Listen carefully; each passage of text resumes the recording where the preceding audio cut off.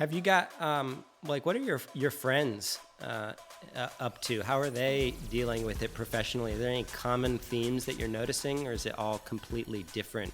Well, first, I appreciate your assumption that I have friends, so that's good. The I think everybody's dealing with it a little differently. I have a lot of friends in the industry who are either they're CEOs working at either other software companies, or they're property managers and they're working at their companies. Who are close friends of mine, and I think everybody's dealing with it a little differently. I think everyone's gone through a lot of the same shock. Certainly if you're in the travel ecosystem, you've gone through a real shock to the system in March or in February, depending on where you're located. A little bit of taking a step back, taking stock of where you are throughout this whole process, and then trying to focus on what you can control and working your way through. And I think a lot of folks are coming through on the other side. There's still a lot of ground to make up. Those of us that remember 2008, takes a long time for travel to come back. I think we're all feeling there's a palpable positivity in the industry right now, because we went from zero to something, right? And something is so much better than zero. Hey, Unlock listeners. This episode's brought to you by Point Central, the leader in business-grade smart property solutions designed for rental properties. Point Central's technology helps you increase property safety, reduce operational costs, and improve guest satisfaction. Head over to pointcentral.com/VRMB to learn more. And Rental Guardian. With over 1 million property owners, thousands of property managers, hundreds of software partners, and counting, Rental Guardian is arguably the most complete and trusted travel and damage protection platform in the industry. You can learn more at rentalguardian.com. And AirDNA, the vacation rental industry's leading provider of data and analytics. By tracking the daily performance of over 10 million listings on Airbnb and Vrbo, AirDNA delivers powerful insights to help hosts, managers, and investors thrive in their vacation rental markets. You can head over to airdna.co to learn more. Hey guys. Hey Matt, how you been? Hey buddy. How's it going? I heard it's someone's birthday today. That would be me, and it's going very well. What are you doing to celebrate? Well, I'm lucky to have Tammy, and she's got a flair for parties, coronavirus-safe parties with fellow quarantined people. As you know, we were trying to make a go of a little vacation rental business out here, but of course there haven't been any guests lately, so we use this kind of thing as an excuse to try to fix the place up. So the last week or so, we've been fixing roof leaks, fixing toilet leaks, making the pool sparkling, and now we've got a few people out here helping us celebrate, and it's been a really nice experience.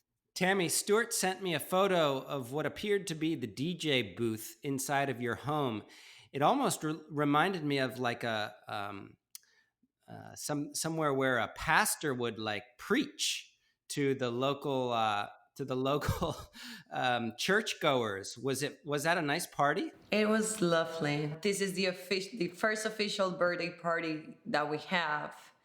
So it was the first time that we had the living room all set up. We put lights and a projector, and it was nice to see like how the main room of the house, the living room, turned into this other atmosphere. It was just fantastic. I think your guys' years at Burning Man has prepared you for parties in a apocalyptic world with those outfits and gas masks and all kinds of costumes. I feel like you're ready for this. And Mango Fish, the home in which you're living, is also emerging as a vacation rental business. So each of those little touch-ups, like celebratory toilet cleaning, that goes towards your business there, huh? Does it feel good to improve your vacation rental stay? Yeah, it's always a good motivation, or you might call it excuse that, people are coming, let's change those light bulbs or move this pile of stuff out of the way. So yeah, it feels it's rewarding to to have that excuse. We're like, okay, let's maybe it's time. Well, happy birthday. Happy birthday. Today's interview is a great one. It features Jeremiah Gall, aka Jeremy. That's his alias that he goes by. Do you guys remember meeting Jeremy for the first time in Arizona a couple years ago? Yeah, and Corinne as well, right? We several members of the Breezeway team. We see them at conferences all the time. Yeah, they're regulars and they have their ear to the ground. They are always listening. And I think that makes them especially knowledgeable and in a position to solve our industry's problems. Today's conversation with Jeremy is about some of the deepest problems that we've got and the ways that he thinks they need to be solved.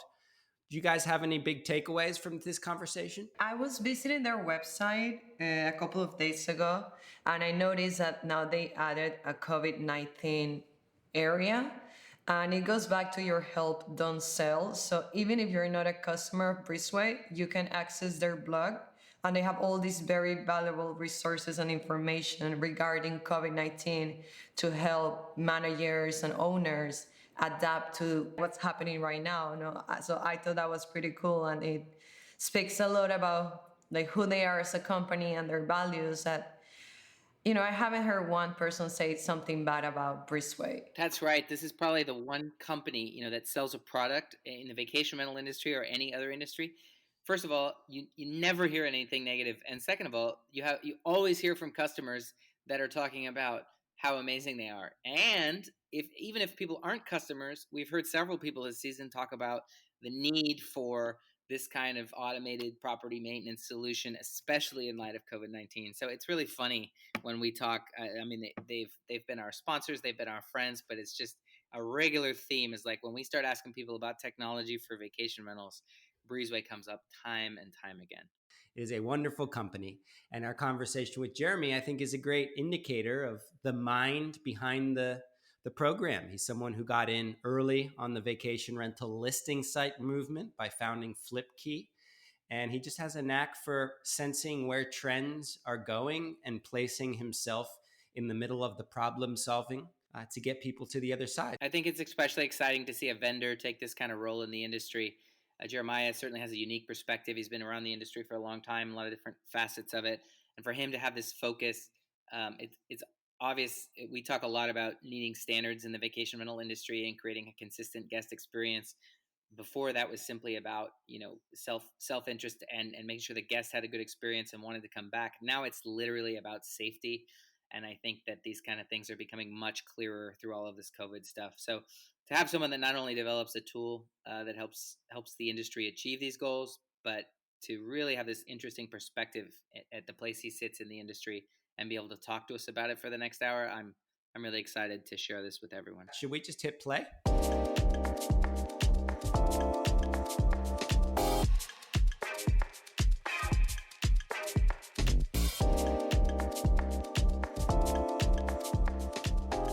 Jeremy Gall is the founder of Breezeway, which is a property operations and services platform.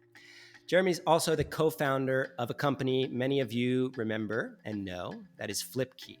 And today, Jeremy and I are going to talk about a lot of different things. We're going to talk about terminology in the vacation rental sector, this balance that everybody's trying to strike between technology and human judgment, cleaning as it relates to the all too important topic of safety. And we're going to talk about the future of our industry, which is a broad topic, but it's something that I really wouldn't rather speak with anyone else about. Jeremy, welcome to the podcast. Love it. Thanks for having me. I don't know why I feel the need to get like all game showy towards the end of the introduction always. It's just like I'm really trying to cheer everybody up. How are you? What are you doing these days? Where are you? Yeah, I am okay. Thank you for asking. I am in Pawleys Island, South Carolina, at our house. We've been here since early March. Myself, my wife Anna, and 4 kids. No pets. We've got enough kids, and we're surviving. We're homeschooling and home working, and and all the rest. Biggest thing that this pandemic has taught you? I'll just start off with the simple questions, you know? Balance and gratitude. And I think, we've done a lot of uncluttering to be here together for such a long period of time. It's been nice to do more Yeah. with less. I have just a couple of articles of clothing. I don't have to take a lot of business meetings. And I think we've hunkered down in our bubble here, but we feel really fortunate. So many people have really had to struggle and are continuing to struggle through this period. So a lot of gratitude as well. Like, I sometimes wonder if the industry was growing so quickly and things were changing so rapidly and so much money was getting thrown around that perhaps it was lacking focus. Perhaps the roots, the foundation were getting a little bit eroded in all of the craziness. Do you think that this could have almost like a recalibrating effect on the dynamics of the industry in that way? I think a lot of folks have had to take stock of their business and think about, going back to some better principles of operation, certainly. I don't know about the foundation. I think, Matt, it's really, there's just maybe what it's really highlighted is that the foundations throughout the industry are just on such very different ground, right? There's just, it's such a fragmented and diverse industry that people are in really different situations. You have a lot of small operators, they may have one or two properties. This might be their home that they're self-managing in a really professional manner. And bookings went to zero and rental income went to zero, and it's a massive struggle. And no matter how well they were running the show, there's Mm-hmm. nothing they could really do about it. And I think you have some companies that were like that too in urban destinations. And then you have some other companies that were just, they're on a bedrock of 20, 30, 50 years of operation. And they look at this as, hey, you know what? We've been through similar situations before. When you talk about fragmentation, because that's a word I've seen used a lot and used it myself a lot over the last decade or so. When you look at other industries, when you look at other communities, other things that are fragmented, what are some of the pieces that a fragmented group or organization or entity or whatever you're talking about needs in order to survive? Because isn't there also a chance that a fragmented group actually can't thrive without certain features? Yeah, I mean, I think the one thing that's great, right, is that this fragmented group has a product that people really Mm-hmm. love. They love the ability to get away to another home, another property that's so often in a beautiful location where the property itself is the experience. And that's consistent across the board. That's not fragmented. That is a singular product, right? That's not fragmented. That's right. If that's not the product that you have, then you're bedrock. You're in some trouble, right? But if that's the product you have, there is demand. There's demand for that product, and I think that's what pulls it together. What's really interesting is that I think a fragmented industry, and we do maybe I'm probably guilty too of overusing that term, but it is descriptive of the fact that you could have someone who has one property who creates a beautiful experience for someone that they share that property with when that person comes and rents it, and someone with 1,000 properties that creates great hospitality experiences for lots of people when they come to those properties, and that those two very different scaled businesses could operate you know, in the same marketplace, in the same industry, Mm-hmm. really side by side. So if that's not fragmented, Right. And so I like when you're saying that, I'm thinking the restaurant world. There can be a restaurant that is equally remarkable in terms of an experience that sells like one thing, a hot dog, versus a prefix Michelin star menu versus like the classic diner on the corner, they're all selling ultimately the same product, but yet it's such a different, takes so many different forms.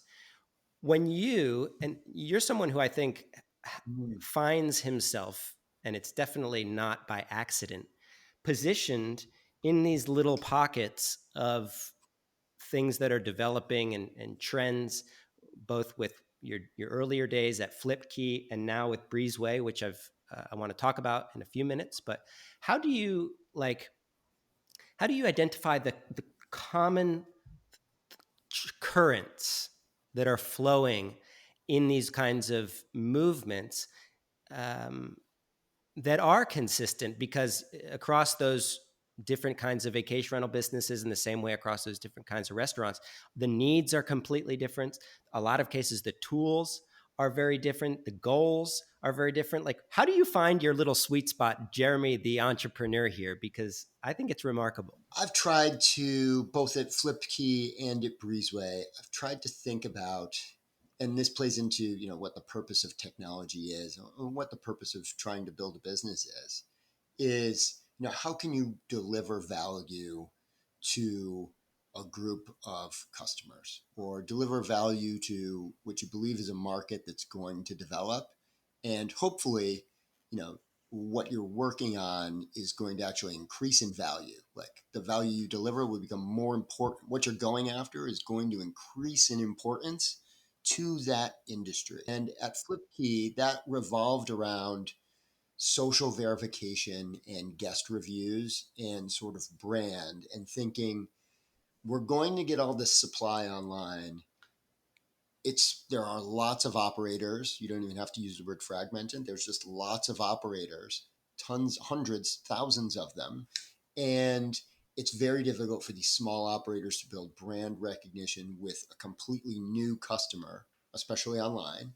And social verification through reviews will make that easier. And it also seemed pretty obvious that, it was a bad shopping experience to go from one manager or one supplier to another to another to another, and try to visit 50 different websites to try and figure out where you want to go on vacation in one location, or even more if you wanted to compare multiple locations, that you'd want to shop online in one sort of marketplace, and that those two things would sort of compound in value. And that's how we looked at it at Flipkey, and what the opportunity there was to try and help deliver some of that value to the market. And at Breezeway, the focus has been for me for years that the quality of the experience that travelers and people in general, customers in general, want to have with the physical space that they interact with is going to increase. They're going to want to have a better and better experience. The trend will not go backwards. And to actually deliver that experience, the operational needs, the burden on the person who's providing that space is going to get higher and higher, which is going to put a premium on how they actually deliver that. And I think we're seeing that now in 2020. It's continuing to build steam. I've been talking about it for a while. A couple other people have too, but years ago, nobody really talked about that. They knew it in their mind, but they didn't really focus on it. And I think we're not really at the starting line, but I think there's still a long way to go in that, deliver value on the experience. Would you add to that because if I started a company today and I say it's all going to be about verified social proof, that's maybe bringing value, but it's been done now plenty of times before. Is there an additional, like, provide value, but also in a way that's not being done yet? Because to me, that's what Breezeway kind of epitomized. Yeah, well, it's not so much. Well, I think also as somebody who, if you want to dedicate a lot of energy and time, and it takes tremendous energy and time, it's not as much fun to do it if it's something that's already been done. Yeah, well put. Get behind that. You talk about experience, and that word experience is thrown around so much. I'm guilty of it myself. It's cliche, but it's true. And experience is something like lots of managers listening to this want to create better experiences. But also like they also are trying to find this balance between the human elements of, if I'm going to go visit a great friend and they've set up their home for me and they've set up an itinerary for me, that's an experience. They want to be able to retain that kind of human element, but they also want to use these tools and they want to use the tech that's at their disposal. They hear us talking about it all the time. Is there any kind of like rules or way of deciding on striking that balance that you have observed in property managers that you work with? Because it's tricky, no? Super tricky.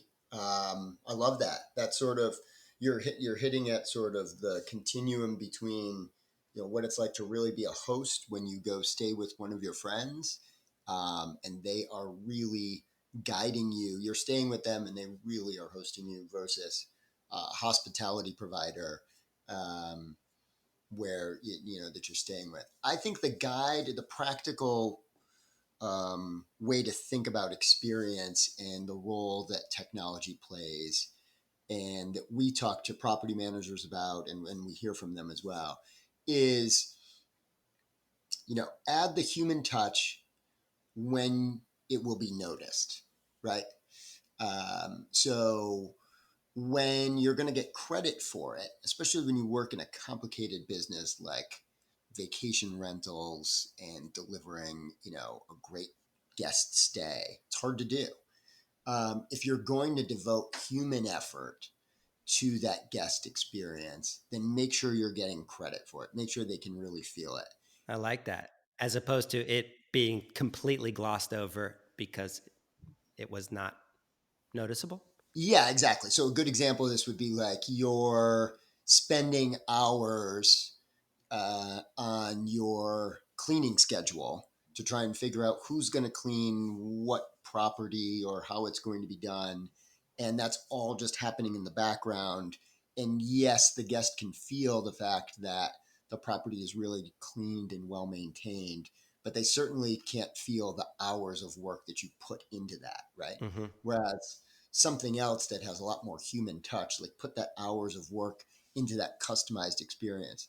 The thing that's going on, you brought up restaurants, right? Like this is the promise of automation in restaurants, right? Where they're trying to use more and more technology. You think about, automated cheeseburger creation. They're still using the same number of people, or they're automating that restaurant with a machine that makes this ridiculous cheeseburger. But all the people there are walking around and interacting with the guests rather than sitting in the back in the kitchen and flipping burgers. Which would be different from a different kind of restaurant that wanted to make the most perfect cheeseburger, and they didn't feel like they could do it with machines. They felt the need to invest all of their energy in finding the right ingredients and creating the right recipe. And that for them might be a different priority, right, than cheeseburger automation. Correct. Right. And then there's a whole continuum, right? Like, so on one end, you've got McDonald's. On the other end, maybe you have this incredibly bespoke, mouth-watering cheeseburger, which is making me hungry. And somewhere in the middle, you have Shake Shack and some other folks who are, trying to find the very perfect balance of handmade, personalized, and automated cheeseburger creation. And I think hospitality, it's very similar. What are some examples that you've seen of managers of tasks that are worth being exclusive to the human, that they do get credit for? I think it's a combination of automating so here's a good example. I think guest interaction, right? I believe we'll continue to see managers automate a portion of that guest interaction through automated SMS messaging. We're excited for you to come. Thank you so much. Is that like a little bot or something? Yeah, bot, or just you're pre-setting up those Okay. messages, whatever programs you're using to do that.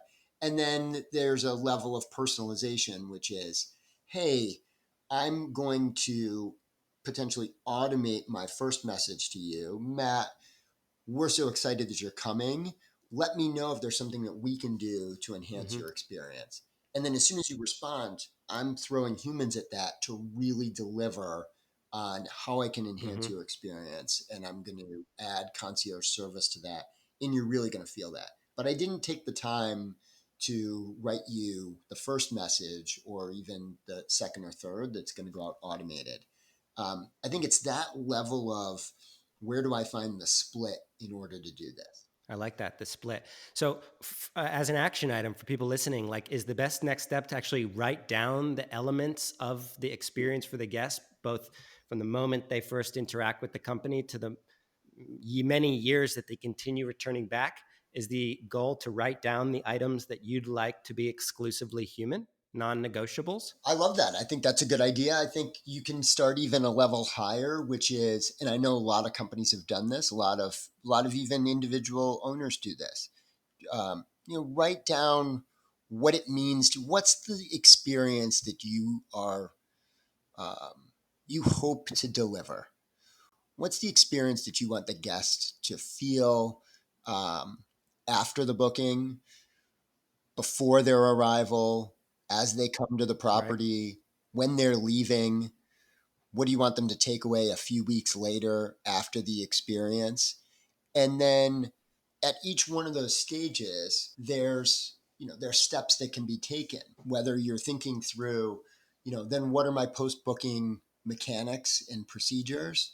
And how is that dovetailing with my brand, my personal property, how I want to be perceived, and then what tools am I using to actually facilitate that? Make sure that I'm doing it, and then I'm executing on that. I like that. And I would go even more granular and say, like, all the way down to like almost a little timeline of what you want that guest to experience. So maybe the moment they open the door, you want them to smell delicious scent by a candle that was created locally.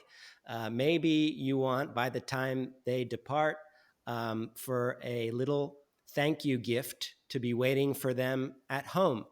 And then you can begin to dig into what are the tools that allow you to do this. And there might be some tools that do allow you to automatically send out a thank you gift to a really happy guest with the click of a button. There may be other instances like the candle, unless there's a robot that lights candles these days that I don't know about, that you do need to allocate for human interaction. We're in uncertain times, and there will be mornings when you wake up and you're not entirely sure if you can or want to do this anymore. I like to use these uncertain times to trick myself into making decisions that I secretly know I should have made a long time ago. Point Central is the leader in business-grade smart property solutions for vacation rental managers.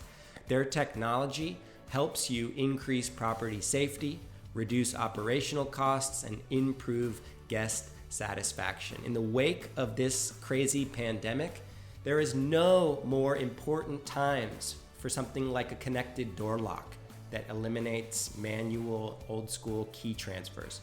Things like controlling your utility bills with scheduled set points so renters can't drastically raise or lower the temperature and you don't physically need to be there. Things like preventing expensive maintenance projects simply through real-time alerts so you know when a device is on the fritz. Head over to pointcentral.com/VRMB to learn more. Use these uncertain times to trick yourself into making a decision that you know your business can benefit from. Now let's get back to the show. So there's the dream bundle at the top of human touches that really need to be done by you and judgment and all that stuff. But then there are all these other things that you don't really, as you put it, get credit for. Like, it just kind of should be done that way, and it's the human touch is not necessarily desirable. Is the answer for all of those things automate everything that you can? Yes. I mean, I think it's complicated, right? And I love the examples that you just came up with, right? Those examples are incredible. You're creating a moment and a connection with you as the person, as the supplier of this home and the experience and the property itself or the location. I absolutely love that. And that's where you should be dedicating your time to generate repeat guests and build connections with your audience. Everything else, if it can be automated, then you should, because you want to reduce. This is a concept that we talk about, that I over talk about it. This concept of like getting credit, but I think it's important. You need to get credit Yeah. for the work that you do, and if you're getting credit for the work that you do, you'll then be able to charge full price for your services, whether you're managing a lot of properties or you're just taking care of your own. Recognition. You need recognition, and you need, we're talking about professionals here, right? People who treat this in a professional manner.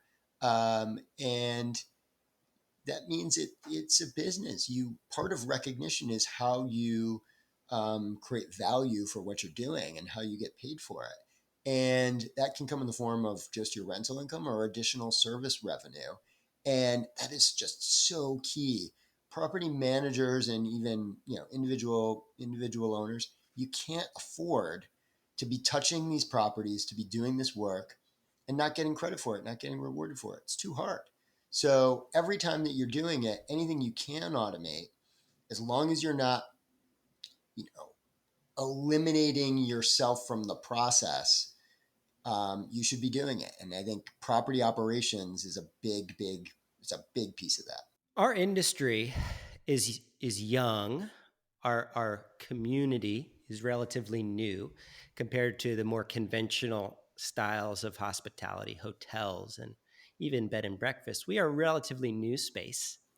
And with a new space comes all kinds of weird ways of describing it. And that goes for internal communications, how we talk about our business with our team and with our fellow industry professionals. But the other side is how we actually articulate it to our guests. And you and I often kind of, I think, like laugh at certain phrases that are just so commonplace that are probably not accurate. Do you have your handful of terms that you don't like me? Yeah, and sadly, I mean, I laugh because I don't have it's hard. A better answer. I don't really have a better answer, but here's one I've been thinking about, because I just think it's so interesting, and it's become even more interesting, sort of, in the face of this reset with the pandemic, which is the word host. Um, the host has become a popular term for vacation rentals, and that I'm gonna host you at this property. I'm gonna be the host. I'm the supplier.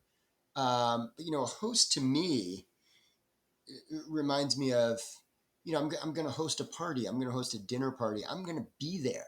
I'm going to be right there with you for this experience. Yeah. And I think that's a term that just, it hasn't ever totally made sense to me, because sure, there are certain vacation rental experiences where you want to be there right with a local and you are actually like staying with someone in the same space. But the majority of this industry is not run that way.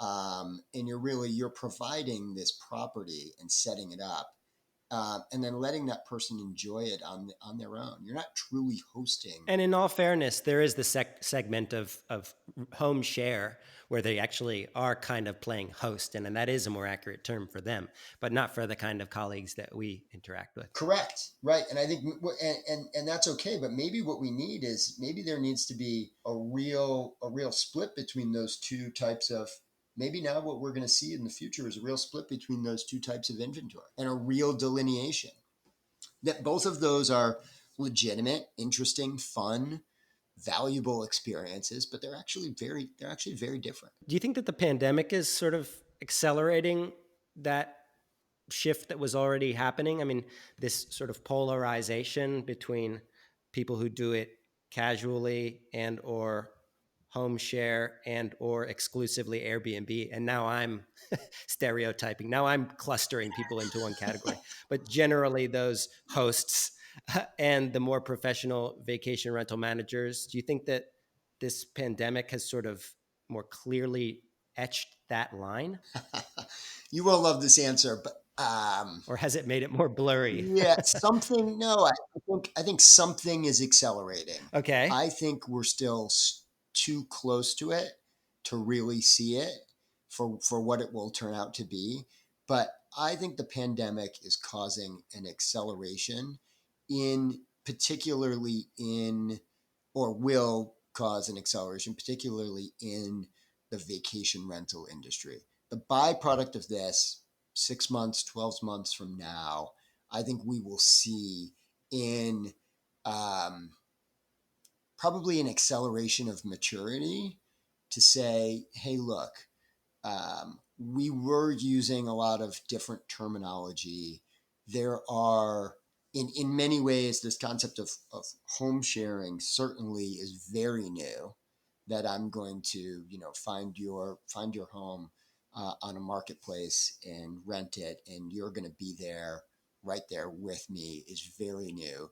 Vacation rentals have been around for a long time, um, and I think what we'll see coming out of this is I don't think we'll see standards, but we will see more maturity. We'll probably see a little bit more regulation as folks try to understand what is this industry and how does it interact with our community.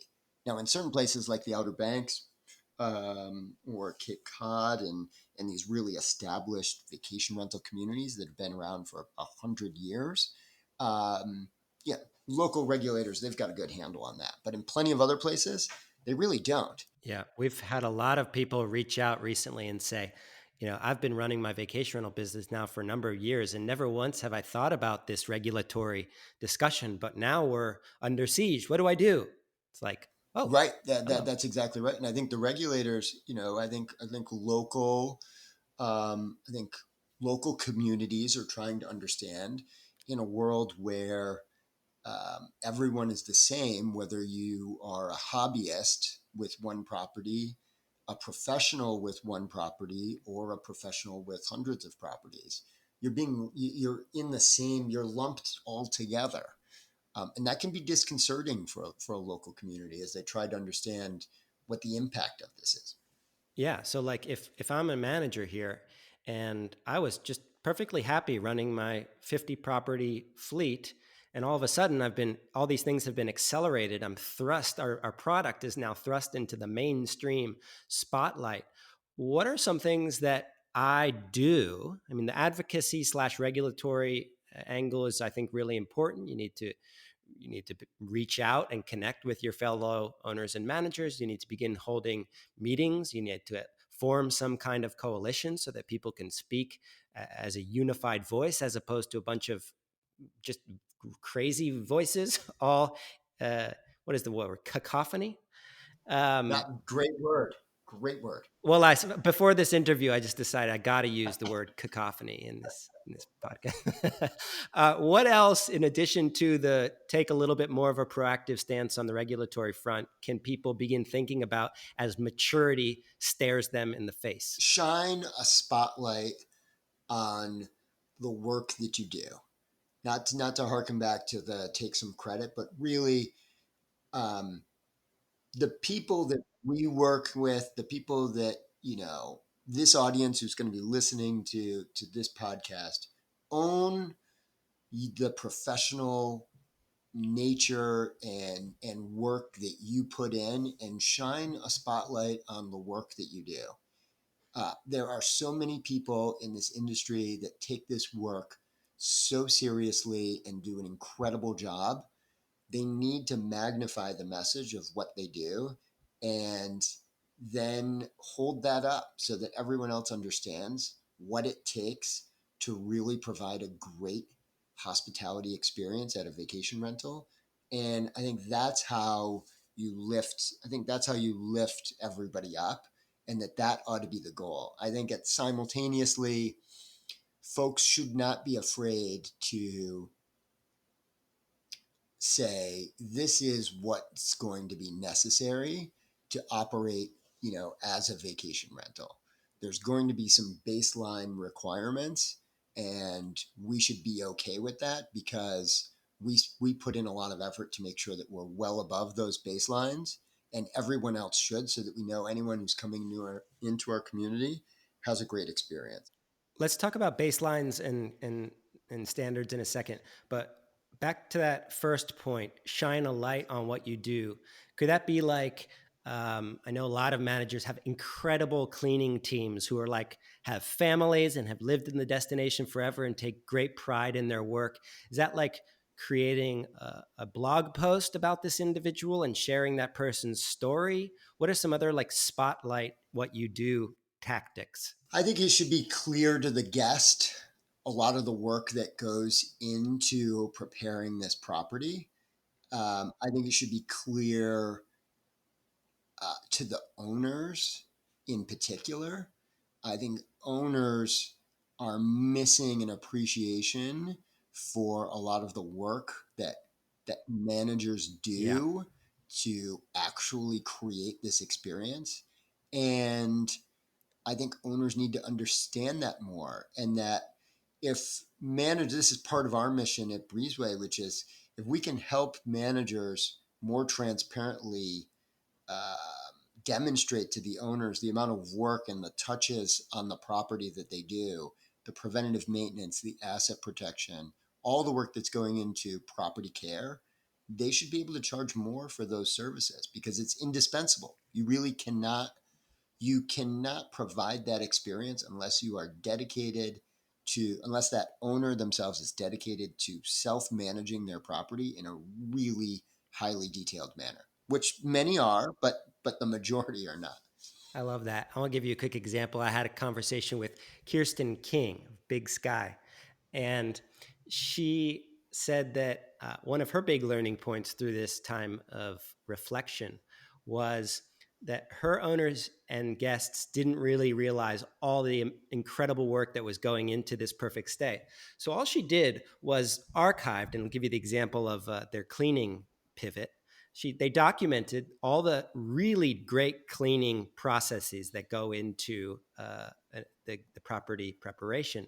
She put a brand on it, and she said, "You, as a new guest who's staying here, are going to included in every stay is our, I can't remember what she called it, like ultra clean approved properties. And if you're especially nervous about the coronavirus, we have Ultra Clean Plus, which includes additional premium services, basically like more than you could ever imagine, even at a large, even at like a hotel." And she said the mere act of putting a brand and really being proud, owning that cleaning procedure commanded respect from her guests and the ability to actually charge in that instance for an additional service, but also to her owners who, in simply championing and articulating all the work that went into the final product, she's earning respect from them too. So in a lot of cases, you're already doing the hard work. You really just have to shout it from the rooftop, or at least like articulate it cleanly, right? Yeah, that's right. That's shouting it, articulating it, and then in Big Sky's case, that's merchandising it, right? Merchandising, yeah, good word. That's sort of the final. That's the final step. And in a competitive world where there's going to continue to be, not to sort of muddy the waters here, but the macro trend is in a competitive world where marketing is going to continue to be increasingly competitive. Merchandising your service is the way of the future for professional operators to get credit for what they're doing. What's another example of merchandising? Owner preventative maintenance programs, right? I'm going to put your home on a custom preventative maintenance schedule for you. I'm going to understand you as the owner, what's important to you.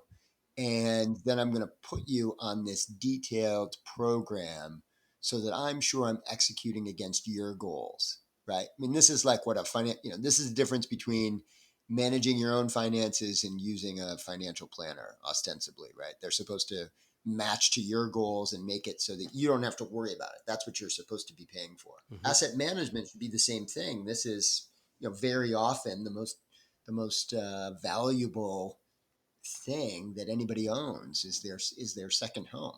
Show me how you're going to take care of that. Mm-hmm. Make me really feel it. Merchandise that experience of not having to worry about my home when I'm not there, and I will pay for it as an owner. And I think that is the trick. Cool. So that's like a creative, is that like a creative packaging exercise, really, for a lot of these folks? I think it's new. There's some people that do it. Very few people do it. And I think historically, people have lacked tools to help them do that. A good example, this is another example of that is mid-stay cleans, right? I think historically, rental managers have been hesitant to offer some additional services like mid-stay cleans or concierge services or this sort of customized asset protection, because the worst thing you can do is offer a service that you can't actually fulfill up to the standards that you want to. And when you don't feel like you have a lot of confidence in your maintenance program and how it's working, then you're really hesitant to say, oh, wow, I'm actually going to take on more work. But the creative way to do, finding creative ways to do that, I think that's really the future. I like that. Merchandization. I'm going to start using that regularly. You're going to start merchandising Matt Landau dolls, maybe lunchboxes. Oh, don't give me any ideas. Let's talk about the future, where everything is going. One thing that we have mentioned earlier is that we need to all agree on some basic standards. The beginning of this conversation, we agreed that at least we all agree that we're selling a single unified product, and that is a vacation home that you can come and stay in for vacation or work and have privacy and spaciousness, and that is unifying in its own right. But we also need, as this young, fragmented world, to have some things that we all believe in. And safety is a huge one. Justin Ford is probably the most giddy vacation rental safety professional on the planet. I know he's now a team member at Breezeway. Where does safety fit in with our earlier topic of cleaning? Is it, I know, and I often think it gets lumped together, but what is the hierarchy here in terms of what people should be focusing on? Yeah, it's been really interesting to see, right? I think last year, when Justin Ford joined our team at Breezeway, safety was becoming safety in the traditional sense of the word, which is like, am I going to get hurt at this property? Am I going to, are there fire hazards? Is there Is the something that deck going to collapse? yeah, is this deck going to collapse? Is there something that could really harm me at this property? How's this property being maintained to at least have a better sense that I'm going to be safe during my stay? Was becoming a bigger and bigger topic. COVID-19 has rightfully blurred safety into cleanliness, because part of Right. my safety now is, oh my God, am I going to catch a very serious disease and be harmed by actually just being in this property? Or spreading it into the community. Your vacation rental is a hotbed of coronavirus. Exactly. And so it's understandable how those two became commingled, but I expect they will start to separate again. And really, the way that we look at it is, look, there's three things that you're trying to do, which are you're focusing on cleanliness, safety, and quality, and they're three separate pieces of the puzzle. And I think safety it goes part and parcel with asset management and understanding, taking stock of the property, understanding how the property is being cared for, and ensuring that the right preventative and recurring maintenance is happening. And that can be difficult to do at these second homes, but people need to be rededicated to doing that. And I expect we will see, as far as standards go, there ought to be, you know, I don't expect we're going to see one industry wide detailed standard of this is what you do I don't know why I put on a different voice here, but That's your safety leader that's my voice. this is the Dad authority voice. you. Dad tells you, oh, clean this up, clean your room. Make these beds, fold those. I want hospital corners. I think Your poor children. I think we're not going to see this like 100-page standard of this is what you must do, where everyone is going to do that. I think the answer here is, look, this is a hospitality product. I love the way Michelle at Meyer Real Estate described this. We're preparing a physical space for one human has left, and we're preparing a physical space for another human to come and enjoy their experience there. And there's a tremendous responsibility to do that. And there's just a baseline of what you have to do. It has to be clean and sanitized and disinfected for people to come. There should be clean sheets that are professionally laundered and done correctly. There should be the right safety and preventative maintenance delivered to the home. There should be the right quality communication with a guest to make them feel comfortable so they're not under stress, in between the booking and their arrival, so they know what they're going to get when they arrive. And I think there's just sort of like a I picture it's more like, hey, this is an industry pledge of let's all agree that this is the kind of experience we want to deliver. And then how we do it, that's going to be up to us. As you're saying that, I'm thinking through our restaurant analogy, and more or less, all restaurants have this code. Granted, I don't know if the restaurant association has this that they all sign off on or not, but more or less, when you as a guest go into a restaurant, you know that it's been checked for cleanliness and safety. Like there's not going to be any harmful bacteria in your food to make you sick. There's more or less always going to be a table or something that you sit at with a plate and or some kind of utensils, unless you're eating at an Ethiopian restaurant where you're eating with your fingers, which is fine with me. Yeah, if we all went back to that style, I'd be cool. If you're more or less going to have someone serving you and taking your order, and maybe not in the case of automatic cheeseburger restaurant, but there's the average restaurant experience. You kind of know what you're going to get. Is this kind of the vacation rental version of that? I think so. I mean, I think that would be a step in that's sort of a step in the right direction. I think we're going to see, and I talk about free, terminology guilty of being overused. I have overused this one, but only because I believe in it and not a lot of other people have been saying it, which is like this push to quality in vacation rentals, I think is this, continued step up. And part of that is going to be, hey, you know what? Like, this is what you can expect. And I think we'll see folks like VRBO pushing harder on that and saying, hey, look, across our marketplace, this is what you can expect. You can expect that our supply is committed to making sure that the properties are clean, to putting in place certain preventative maintenance features, to understanding what's happening at the property so that we at least know there's this baseline experience. Like you said, there's going to be a table. You don't have to bring your own silverware. Like that's when you continue this analogy and you put it towards vacation rentals, right? Like 10 years ago, you didn't really know. It was a legitimate question booking a vacation rental, maybe 15. Should I be bringing my own toilet paper and sheets, or are those going to be provided at the property? That would be like, do I need to bring my silverware and napkins to the restaurant because I'm not sure you're actually going to provide them to me? Yeah, I'm reminded of a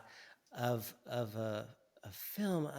I'm missing the name, but it was basically like a humorous take on what it's like to travel to adventure travel. And it says, like, you always want to make sure that you bring your own pillow and your own, blankets, just in case the local blankets have diseases on them. But in our space, there are still markets, and even in the United States, where sheets, for instance, are a relatively new standard. So at least we're kind of making progress in that sense. Yeah, and I love, like, at the same time, Matt, right? This is what's so interesting about what is so fun about vacation rentals is that it's such a unique experience. You're staying at this home. It's an individual property very often. It has its own quirks and personality. It can feel like home. The goal is how you marry that with predictability, predictability around the quality of the experience that you'll have. And when you pull those two together, you do have this product that's just so attractive to people because that's what they really want. They don't want to go and stay in a cookie cutter hotel room with 600 other rooms that look just like it. That's not what we really want.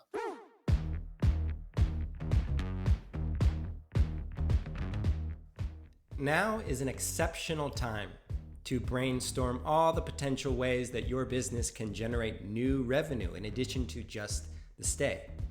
It's also a great time to look at your operational costs, where they can be cut or merged. And it's also a fantastic time to think about the tools you are using to reduce risk. Rental Guardian's one of the most complete and trusted travel and damage protection platforms in our industry. You need to protect your revenue, but you also need to protect your guests. You need to protect the properties that you're managing. Rental Guardian delivers best-in-class travel protection, damage protection, and liability protection for over 600 managers around the world. They've recently launched Master Cancel, which enables you to offer flexible terms and conditions to your guests while simultaneously protecting the hard-earned revenue and the owners that you represent. Head over to rentalguardian.com to learn more. Use this moment as an opportunity to assess your revenue streams, your operational costs, and the tools that you are using to mitigate risk. Now is the time to build.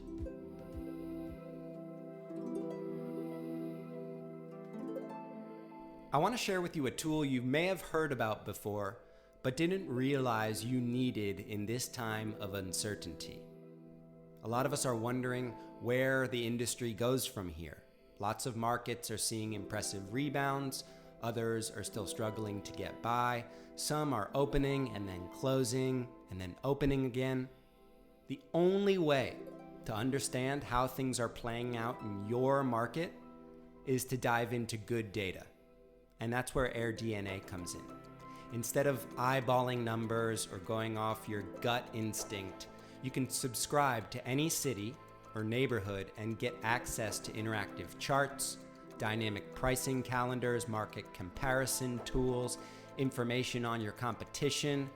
They even have these really cool future-looking metrics, which gives you an idea of how things are looking over the next 6 months.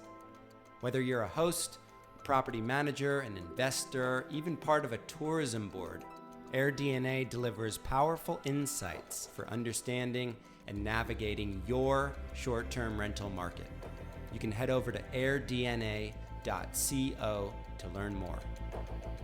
How do you think we are positioned compared to the long-term sustainability of an industry like retail or commercial real estate? We've established that vacations will always be desirable and that our product, so long as we can make it a little bit more consistent, has a wonderful future. Is this a movement that is on the up compared to some of these other things? Because I don't know those industries well, but I can't envision them benefiting from something like the pandemic in the way that we might. I think this is an industry that is definitely on the upswing. I know there's research out of Focusrite that for years, vacation rental was gaining market share as compared to other hospitality verticals, and then had sort of stagnated and got stuck. I expect this will be an industry that continues to gain market share. Why did it get stuck? It's a good question. I think there's just such a buildup of awareness, and you were growing. Urban rentals probably contributed a lot to that growing awareness. But I also think that's just, there's only so much room for that urban rental experience versus a hotel. And I think that will probably continue to Mhm. be a pullback on vacation rentals. I think it's going to take some time for people to feel comfortable at a vacation rental in some urban destinations, or just only because travel to urban destinations is going to rebound a lot slower than leisure in general and to vacation rental destinations. But I think that vacation rental, just by the nature of the product, has been moving faster than something like commercial real estate or retail to an experiential um, interaction.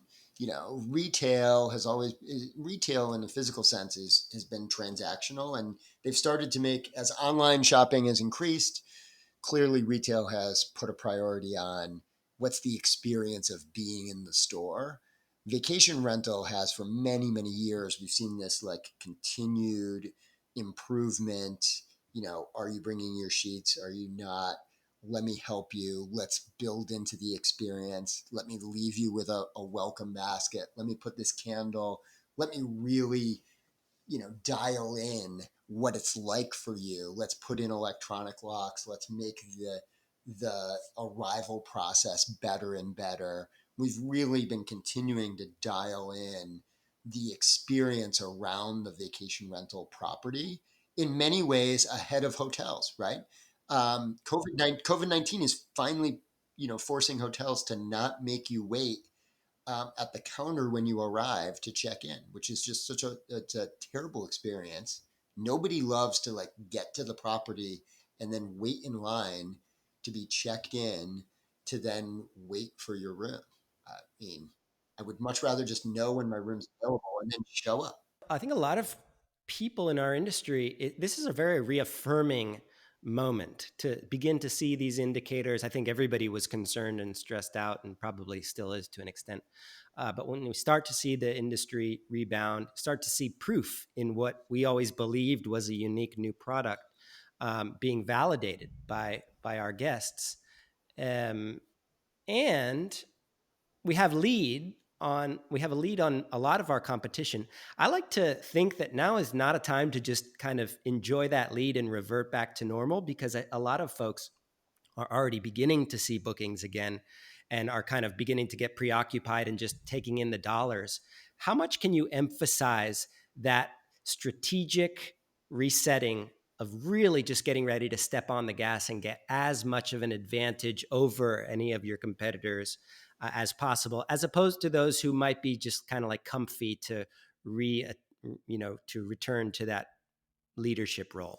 Well, yes. I mean, I think you can't overemphasize it enough that now is the time to, and this comes back to technology. Like, you need to understand what's important to your business, where you want to define your business for your competitive advantage. Maybe it's around marketing, maybe it's around operations, maybe it's in efficiency, or maybe it's, this highly detailed, over the top guest experience. Wherever it is, now is the time to understand your own personal brand, decide where it is that you want to commit to be special, and then step on the gas and do what you can to be special, because there are growth opportunities now. I don't think they are going to disappear. I don't think the growth opportunities for operators in the vacation rental space are going to disappear in 2 or 3 months. But I think there are major opportunities now to, again, shine a spotlight on what it is you do, magnify that, own that piece of the puzzle, and really use that, create your special power, and then use it to separate either locally from other competition, or really just set up your brand for success and growth. One of the things I love the idea of doing right now is something of a rebrand or a makeover, um, updating the forward-facing logo, look, feel, color, scheme, all that stuff that you stand by. Because a lot of our colleagues created that a number of years ago, and it doesn't really do the current um, business justice. I like to think that using now as an opportunity to really pull the plug on everything that you had from a branding perspective, get together with a great designer, and really come up with a beautiful new thing that you can be newly excited and proud about. Because I don't know about you, but whenever I have a new logo that it's representing me, I'm reinvigorated.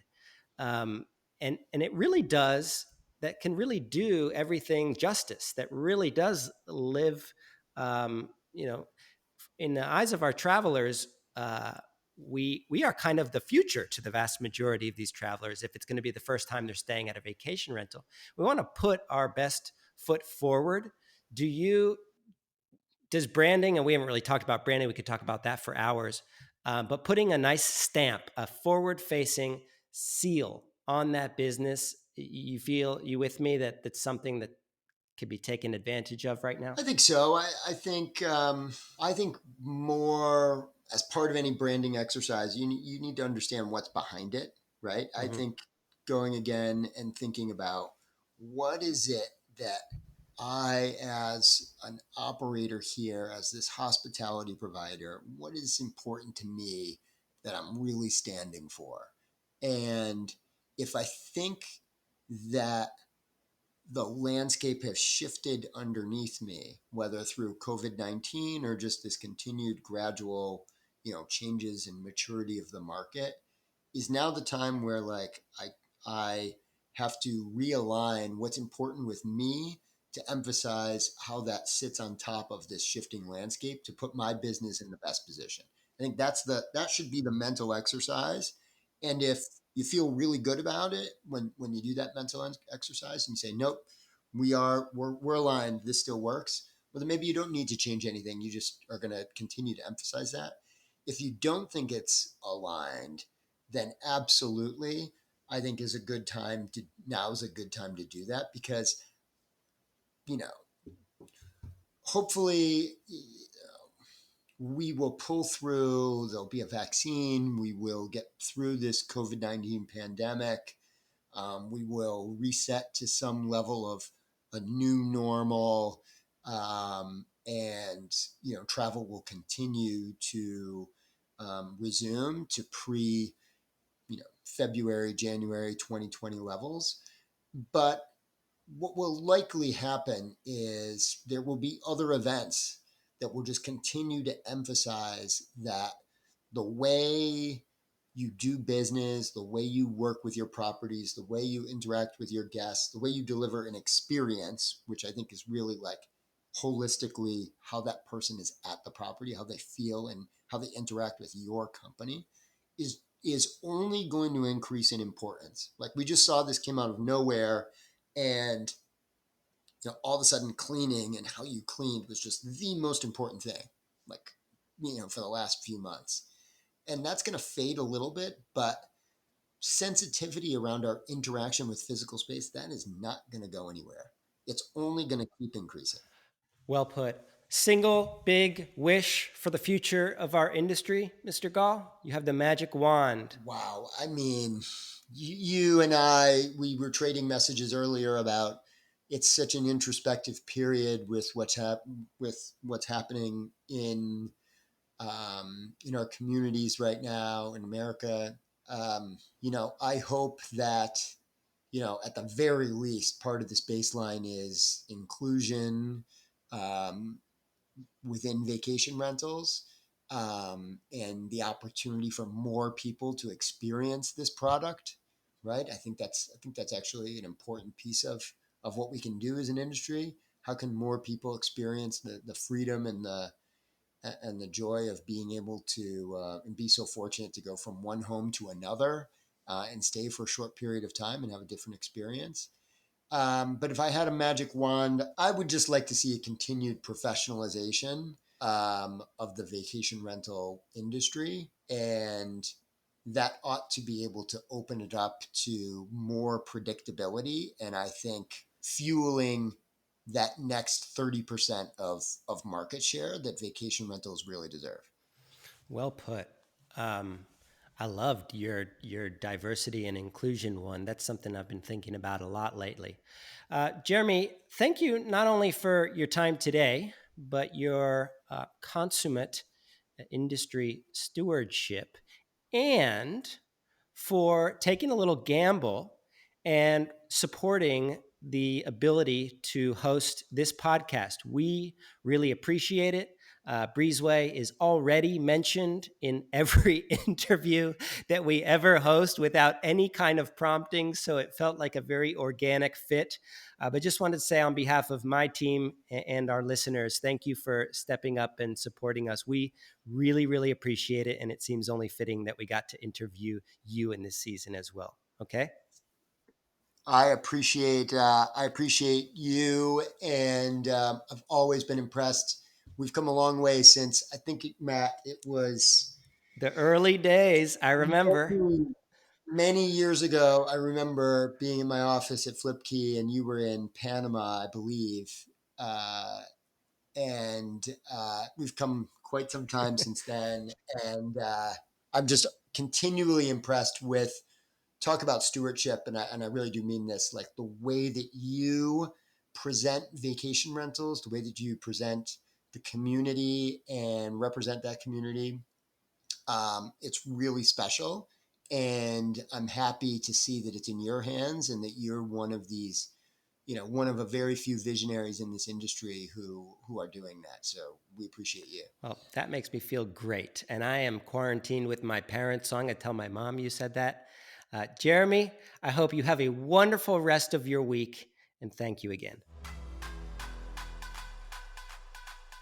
I hope you enjoyed this discussion as much as I did having it. The episode was produced by Tammy Rowe and Stuart Hooper of Mango Fish Studios.